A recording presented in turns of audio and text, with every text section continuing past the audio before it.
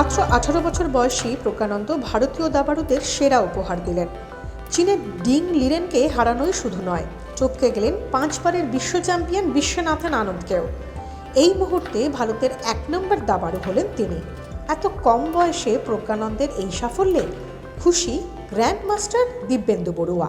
শুধুমাত্র আমার কাছে না, এটা আমাদের সমস্ত ভারতীয় দাবাদের কাছে একটা অত্যন্ত আনন্দের দিন।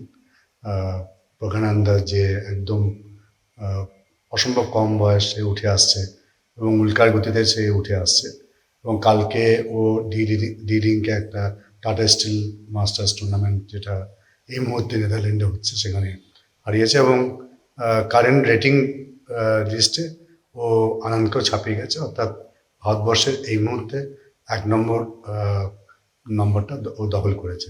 যেহেতু পরপর ওর রেজাল্ট যেটা দেখা গেছে, ওর যে গ্রাফ, মাঝখানে কিছু দিনের জন্য হয়তো একটু থিতিয়ে ছিল, কিন্তু লাস্ট মানে 1-2 বছরে ওর অসম্ভব ফাস্ট প্রোগ্রেস হচ্ছে ও এবং মুকেশ। সুতরাং সেই জন্য ওর মনে একটা স্বপ্ন জেগেছে, আশা জেগেছে, এবং সেটাও বিলিভ করেছে, যে ও বিশ্বাস আছে ওর নিজের প্রতি, যে হ্যাঁ একদিন ইন্ডিয়ান নাম্বার তো হবেই, 1 হবেই, কিন্তু সেটা আমার মনে হয় সেটাও টার্গেট না, টার্গেট হচ্ছে বিশ্ব চ্যাম্পিয়ন হওয়া। বিশেষজ্ঞদের মতে শিশু মনের সঠিক বিকাশ ও মনোসংযোগ বাড়াতে সহায়ক দাবা। এই ধারণা থেকেই এখন অনেক অভিভাবকই সন্তানদের দাবার ক্লাসে ভর্তি করছেন। অবশ্যই এই নিয়ে তো আজ থেকে অনেক বছর আগে রাশিয়াতে রিসার্চ ওয়ার্ক হয়েছিল যে দাবা খেলার সঙ্গে বুদ্ধিমত্তার কতটা যোগাযোগ আছে। তাতে রাশিয়াতে, এটা মস্কোতে রিসার্চ হয়েছে, মস্কো ইউনিভার্সিটি রিসার্চ করেছিল। বেশ কিছু দাবা প্লেয়ারকে, নিচু ক্লাসের বাচ্চা, তাদেরকে 6 মাস ধরে ট্রেনিং দেওয়া হয়েছে, এবং যারা কিনা পড়াশোনায় অতটা ভালো না, আর যারা পড়াশোনায় ভালো তাদেরকে ট্রেনিং দেওয়া হয়নি, একদমই তাদেরকে দাবা থেকে সরিয়ে রাখা হয়েছে।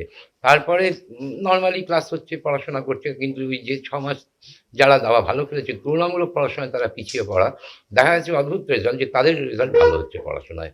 আর এখন তো কোনো একটা, যদি আপনি বড়দের প্রতিযোগিতা দেখতে যান, দাবা প্রতিযোগিতা, সেখানে দেখবেন যে বড়দের থেকে হয়তো সংখ্যায় ছোটরাই বেশি খেলছে, ওপেন টুর্নামেন্ট, কিন্তু ছোট বাচ্চাদের সংখ্যা অনেক বেশি।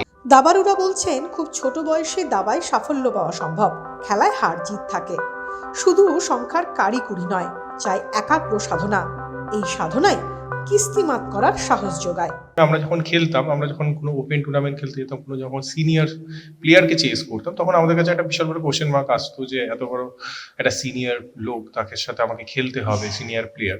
বাট এটা একটা পজিটিভ দিক তাদের কাছে, এবং তারা খুব পজিটিভলি যে কোনো, ইভেন আমার এই টিচিং প্রফেশনে আমি দেখেছি আমার স্টুডেন্টরা অনেক ফ্রিলি আমাকে চ্যালেঞ্জ করছে যে স্যার আপনার সাথে খেলবো অ্যান্ড অল।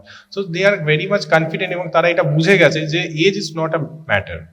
এবং প্রজ্ঞানন্দা যেহেতু আমাদের ইন্ডিয়ান প্লেয়ার, এবং প্রাগকে নিয়ে আমাদের ইন্ডিয়া অনেকটা দূর ভাবছে, ওয়ার্ল্ড চ্যাম্পিয়নের দিকে ভাবছে, এবং তাকে সেইভাবে ট্রেন করার প্ল্যানিং চলছে। তো প্রজ্ঞানন্দা সবার চোখে এই নামটা যেমন ছুঁয়ে গেছে, এবং এই যে উইংটা, এটা একটা বিশাল বড় পজিটিভ দিক আমাদের ইন্ডিয়ান যারা, এই যে নতুন যারা প্লেয়াররা রয়েছে। তো ইটস আ বিগ চ্যালেঞ্জ, তারাও এই জিনিসটাকে একটা চ্যালেঞ্জিং হিসাবে নিচ্ছে, যে যদি প্রভাব করতে পারে তাহলে আমরাও করতে পারি।